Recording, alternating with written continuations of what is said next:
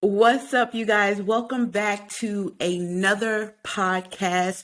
I am your lovely host, Ebony Hinton of the Her Life on Purpose. Her Life on Purpose, the podcast where we talk about all kinds of things, okay?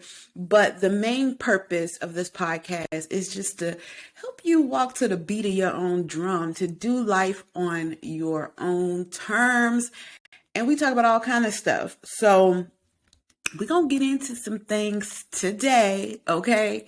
I like to start off my podcast with what I'm most proud of. And this week, what I'm most proud of is pivoting as a mom. I have two beautiful boys, and a lot of my highlights come, of course, from my family, my husband, my boys. And well, that's just half of it. And a lot comes from, me too. But honestly, just from my day-to-day life, my boys and my family just bring it all together. So I'm very proud that I'm able to pivot for them specifically. I mentioned before that they started back school, and I get stressed a lot when it comes to their education, making sure they are being treated well, making sure that they're comfortable, and it stresses me out. Okay, I'm not gonna lie, it stresses me out. But I'm learning to pivot and to listen to their cues and not just be an overreactive parent. So I'm glad this week that I'm able to do that. So if this is your first time joining in, this is one of the first time I'm actually recording this podcast via video as well. So you may be watching this on YouTube, or you may be listening or doing both. I don't know, but it's definitely a vibe. I'm gonna try to do more of these. So this is the first video of the YouTube slash audio podcast. So I'm doing big things over here. So that's how I'm feeling. That's what's got me feeling good. That's what's got me something that I'm proud of, and that I could just pat myself on the back. But let's get into the topic of today. And a lot of my inspiration for different topics, of course, comes from my everyday life. And I have these random epiphanies that just sends me on like this thought process and just takes me back into a land where nobody lives but me. And so I was thinking about falling down and being able to get back up. And we do this a lot in life. We do this more times than we like to admit. And a lot of people, not a lot, everybody. I have not met a person on earth who hasn't fallen down and had to get back up. But sometimes the problem in falling down is it's hard to get back up. And sometimes life just knocks you so far down, or knocks you down so hard to where you want to stay down. And I'm here to share this experience with you to let you know, like, you're not alone. Of course, you're not alone, but sometimes it feels like that. Sometimes it feels like you're the only one who is going through things. You're the only one who is experiencing these hardships. So I was on a run this morning, and if you also follow some of my platforms, my blog, you know that I like to run. Now, I'm not the most fit person. I really honestly I don't look like a runner. And I was thinking about, this thought process that was taking me just on my journey to becoming a runner. And some people may be like, but you're not a runner. You may do a little something, but you're not a runner. And I get that. I get that. I get that we speak this negativity in our lives. We speak this negativity on other people and ourselves and all this stuff. But don't bring that negativity over here to me. But I'm going to share with you how I became a runner. And it's a good story. Maybe you be the judge. So when I was a kid, okay, in middle school, you have to take gym class or PE class, and you have to be tested on running. You have to be able to run a mile if you're a girl or boy in a certain time length. So girls were supposed to run a certain time length, and boys were supposed to run a different one, which typically for boys is supposed to be like a little faster in that age group. Totally skewed, I might add. But so you had to be a runner. Now, I was never a runner, but there was this girl who was a friend of mine. And she would run around this track. If you told her to run 10 times around this track, she would, and she would do it in like less than a minute or something, crazy like that. But she was a really good runner. And so from ever since then, I've always wanted to be a runner because I like the build of a runner. I like the sport of running. I've always just, liked it. Even in Olympics, I love the track sport. But I just never thought it was something that was possible for me because what I thought was a runner and what was displayed and projected for me to be a runner, I was just like, me in that world, we don't live in the same world. So it's different. And so I would see her run and everything like that. And I would always struggle to get my runs in for this test, but she would always come back and she would help me finish the race. She would help me finish the race.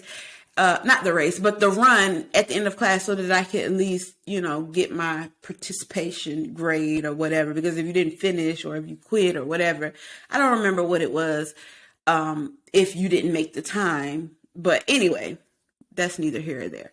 So I decided that I wanted to be a runner. So go back 6 or 7 years ago, I was on a weight loss journey. And I decided I wanted to learn how to run because I had dropped some weight and I had a little bit more energy. And that's the thing about when you lose a large amount of weight at one time, your body just amps up in energy, no matter what size you are, whatever. So it just tells your body, like you just have these endorphins that run through your body because it doesn't feel like it normally does. So anyway, I had this big spurt of energy and I wanted to learn how to run. So I had this coach and she was an amazing coach. And we started off with the Couch to 5K run. Okay. And I don't know if you guys have heard of this program, but they have like a spiritual one and then they have like the regular one. They have apps and all this stuff. So we did the spiritual one, and it's all about building endurance. And you start off, walking and then, walking maybe like 15 minutes. I can't remember the program verbatim, but you start off walking like 15 minutes and then you run for 30 seconds. And each week you build up less walking, more running. And so I like this idea of this program, and you're training to get to a 5K. So long story short, I do this and I get to the 5K. But in the process, I want to make sure that I mention that this process helped train me in being consistent in showing up for myself, something that I will never, ever forget. Because I remember some days, because I would drop my son off and then I would go to the gym because the gym had an inside track. And I would drop my son off and I would go, right after I dropped my son off at school, and I would go to the gym with my other son. They have a little daycare, blah, blah, blah. And so, but some days I just wanted to drop my son off and go back home. But I told myself if I just put on the clothes and go and show up, because I felt like other people were depending on me. And that's what made me show up initially. And then as the program started to go on, I started to show up for myself, because there were more times than 10 that I did not want to show up, because this was every day, or not maybe every day. It was probably like maybe 3 times a week. I don't know, that I had to show up because there was other group members there. And so I didn't want to let my coach down. I didn't want to let the group down, even though my absence wouldn't have made like a huge difference, because everybody was kind of on their own thing, but it became like a little family. So I would show up.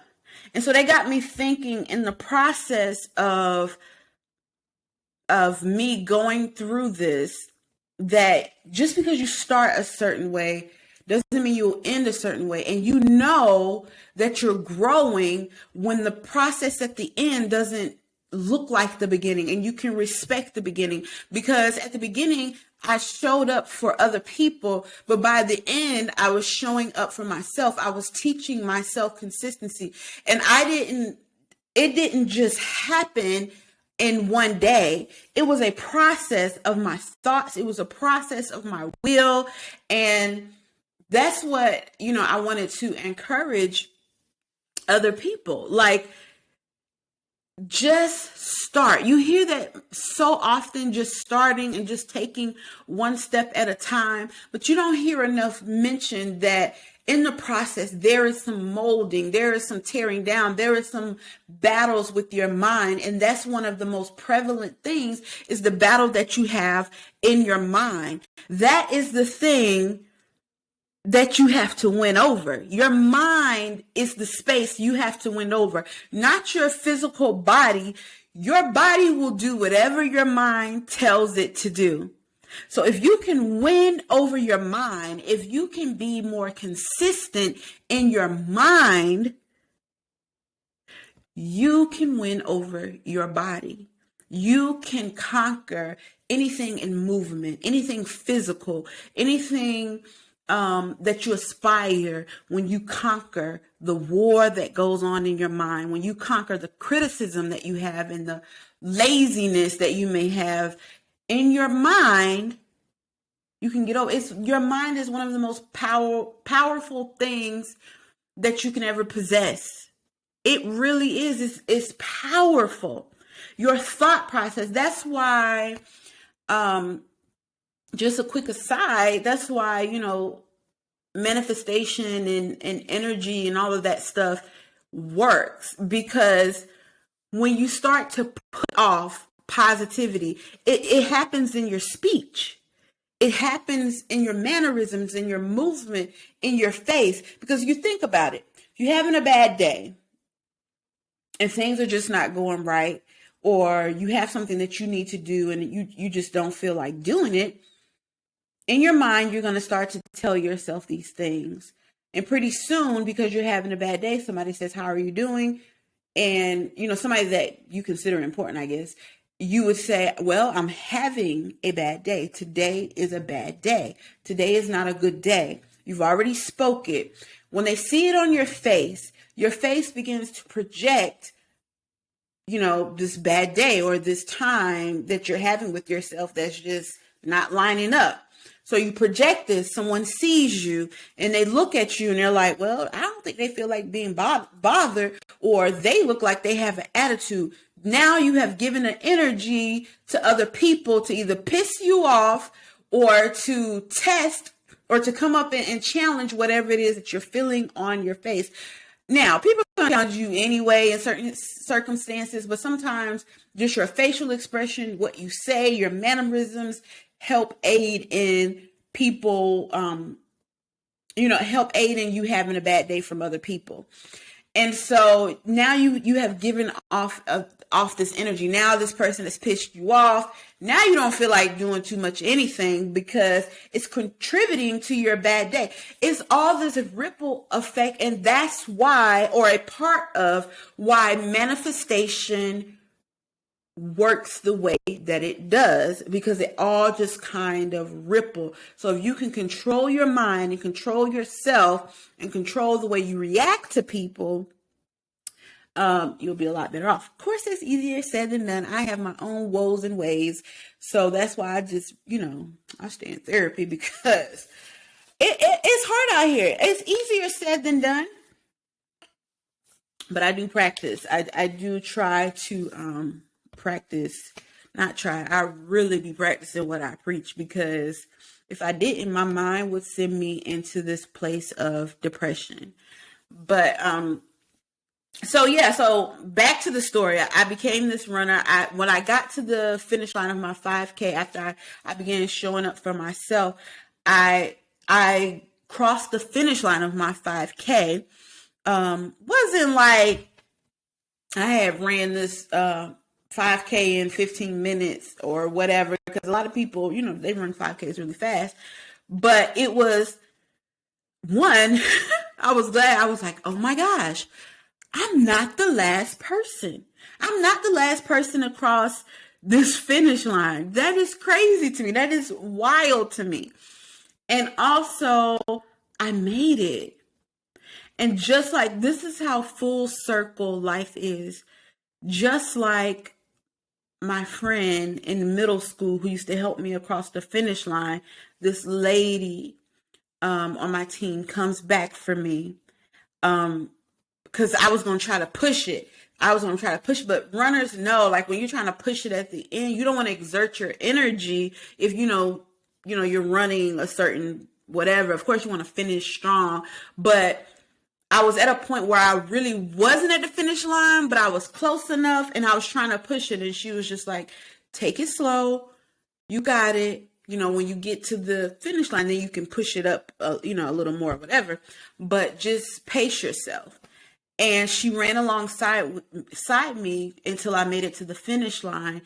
And I began to weep. I cried because and my memory just flashed back to the point where I started, how motivated I was to finish, the process that it took to get to that point. And I was proud of myself because I did it on my own. I remember my husband actually, he ran with me a couple times, my husband and my kids. But other than that, I really I showed up on my own, is what I should say. I showed up, and I had a lot of people supporting me while I showed up. And I cried because I was so proud of myself. So I know what you're saying, like, Ebony, like, what's the point? What's the point of this story? How does this correlate with falling down? Because that was like 6 or 7 years ago.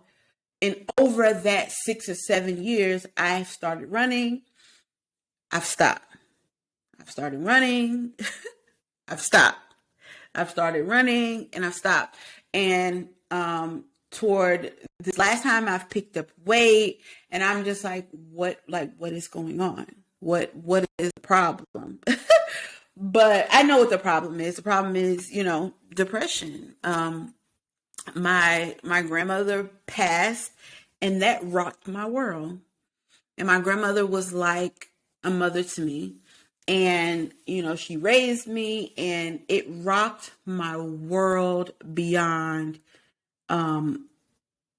belief. And so how does falling down correlate? Because each time I fell down, each time I have stopped running, I have gotten back up. And I don't get hard on myself about it. I honestly don't, because I would feel more depressed and more angry with myself and more disappointed with myself if I simply quit.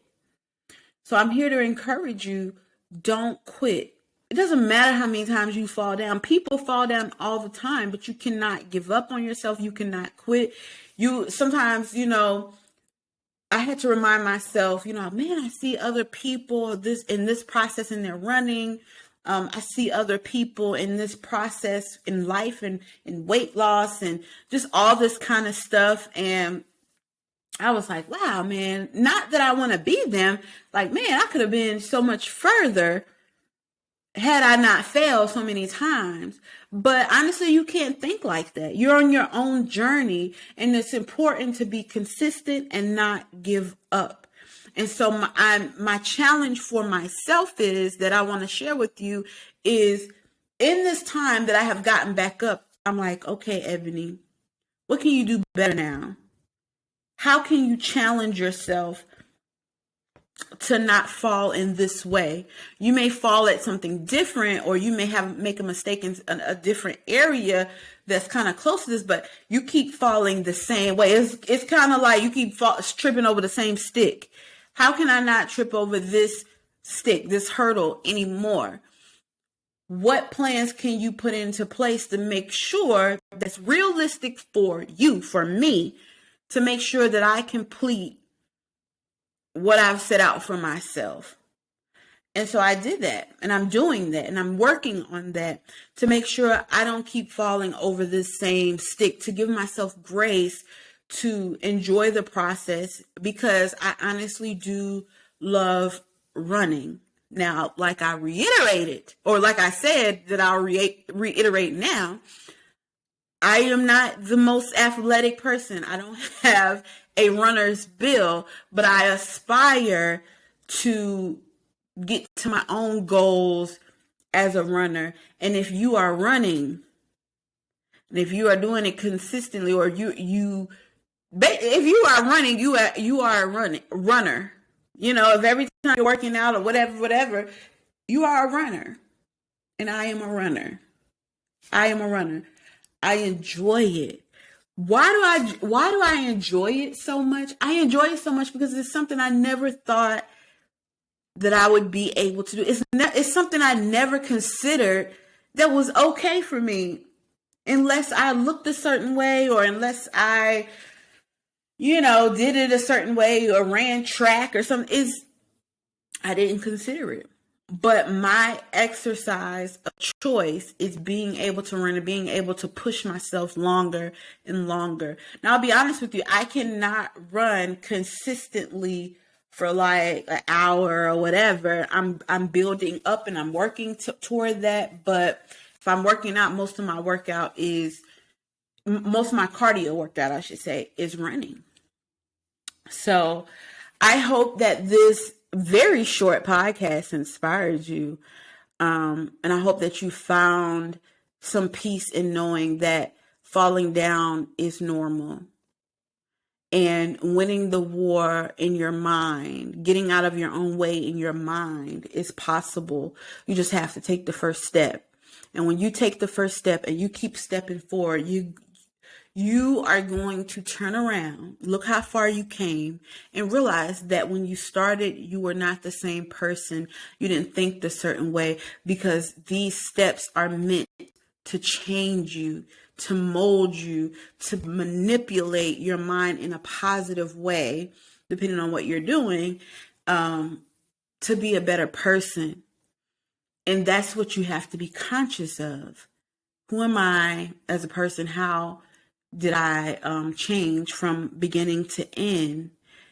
And you pat yourself on the back and be proud because you showed up for yourself every single day. All right. So like I said, I'm Ebony. Share this podcast if you have been inspired. Share this podcast if you've fallen down so many times and you need a reminder to get back up. Share this podcast because you love the message. Share this podcast because you just want to be nice. Okay. You want to support me. Share, and subscribe. Do all of those things. Okay. Follow me on social media at Her Life on Purpose everywhere, except for Twitter. It's H Life on Purpose, and my blog, herlifeonpurpose.com. Thank you so much for joining me. Bye.